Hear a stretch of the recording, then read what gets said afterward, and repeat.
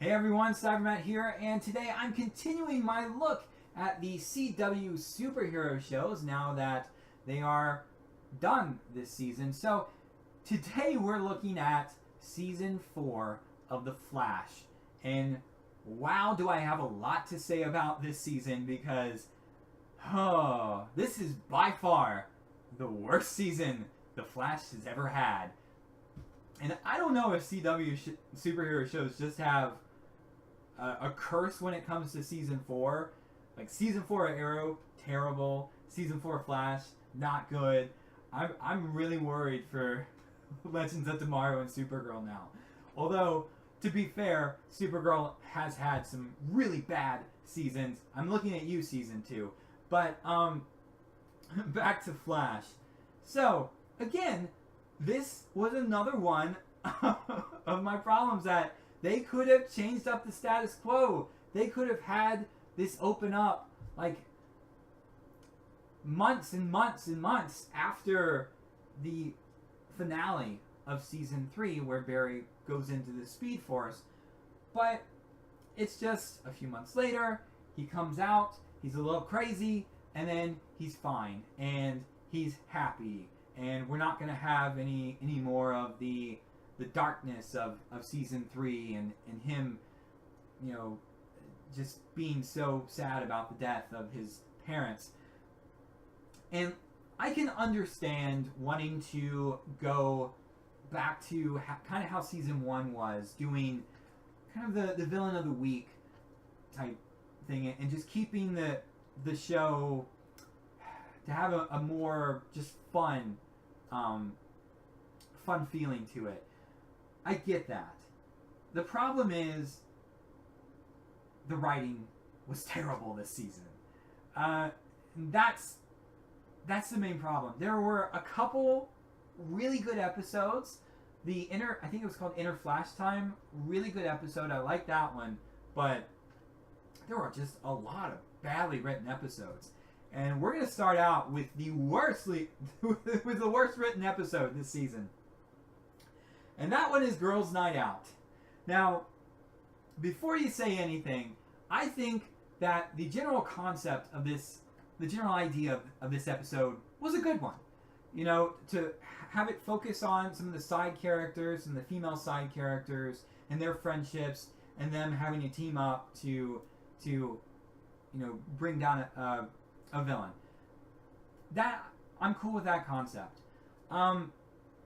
The issue with this episode is that it was very, very forceful in its agendas that it had. Obviously, this was a feminist episode. And there's nothing wrong with wanting to have strong female characters in the show. There's nothing wrong with wanting to promote those strong female characters. I'm totally cool with that.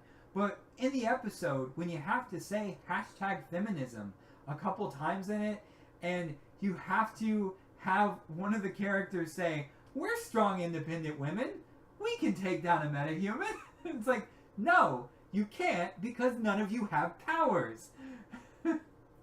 and then when they finally do take down this metahuman, surely they call the cops and get that metahuman put in prison. Oh, no, none of that happens. They let her go. The entire episode was them trying to capture that metahuman, and then they do, and they let her go because they needed that character for a later episode. And this is what I'm talking about with the writing.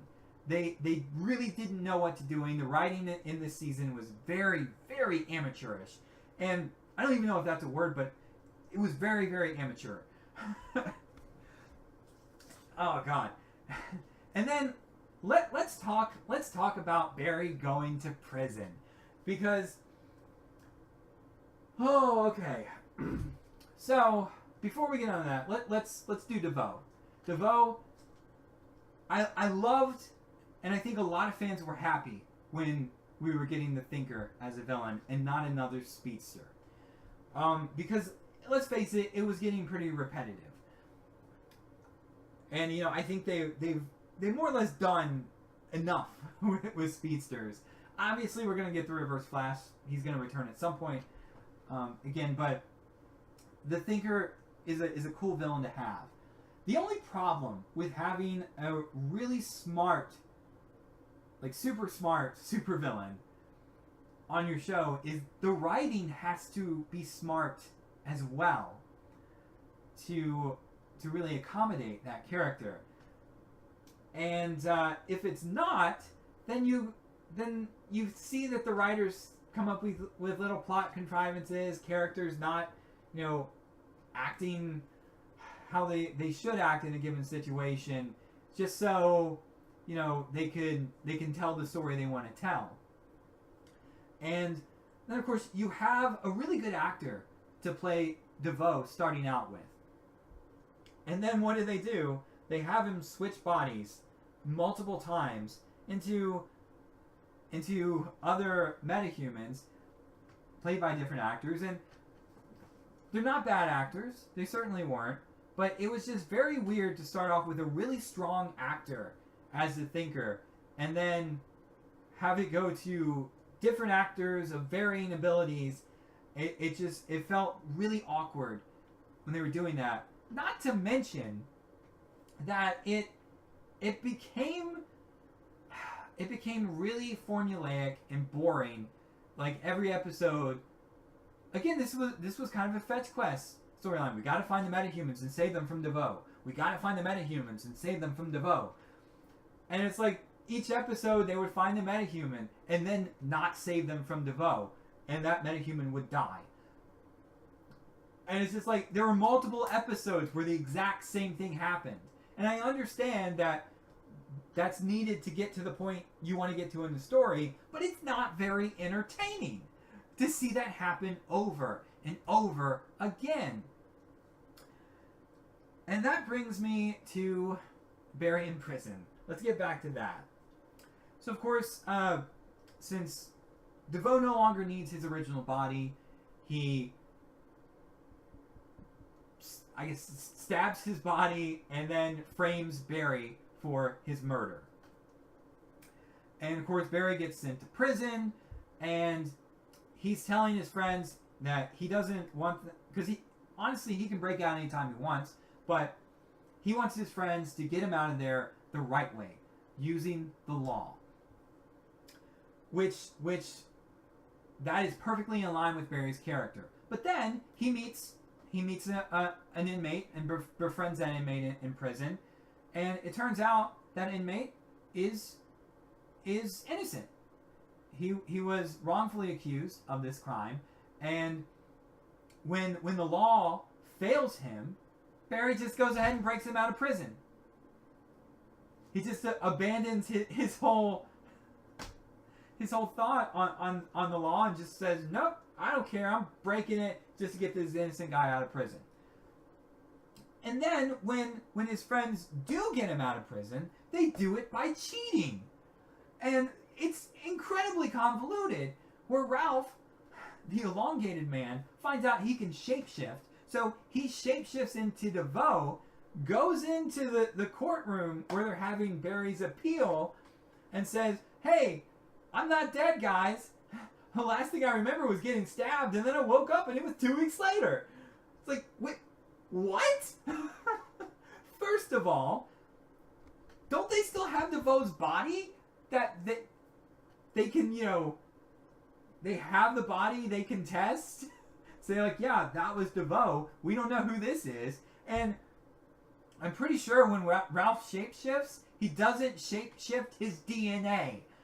I mean, because I'm pretty sure they were going to have to take blood to confirm his identity.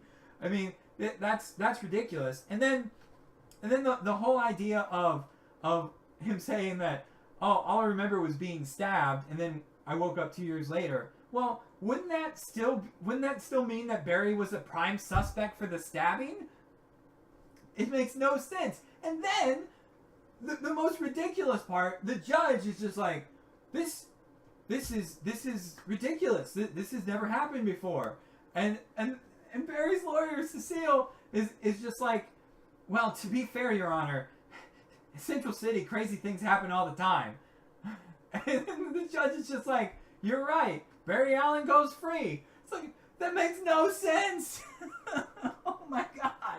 It's just terribly written. It's like they got him in prison and then didn't know how to get him out, and then just wanted to get him out as quickly as possible. So they came up with a convoluted solution. When you actually think about it for like 20 seconds, makes no sense.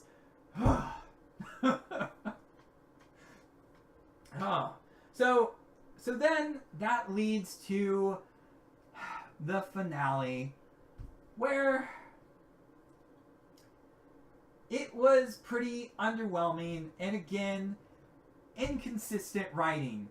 I think there was one scene in the finale where, actually a couple scenes that were inconsistent. One where Captain Singh is calling Barry, saying that, "Oh, I read your wife's article about DeVoe. You want your job back?" When I'm fairly certain, correct me if I'm wrong, but I'm fairly certain a couple episodes before that, when Barry was concerned about Iris writing that article, she said that she would post it anonymously. But then, apparently Captain Singh knows that it was written by Iris. So that's inconsistent.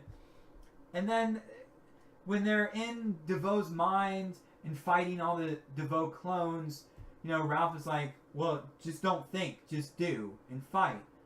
And they start doing that, and that makes sense, and it works. And then they come up with a coordinated attack against some of the clones, which they would have had to have thought about and discussed with each other to coordinate it, which DeVoe would have known about.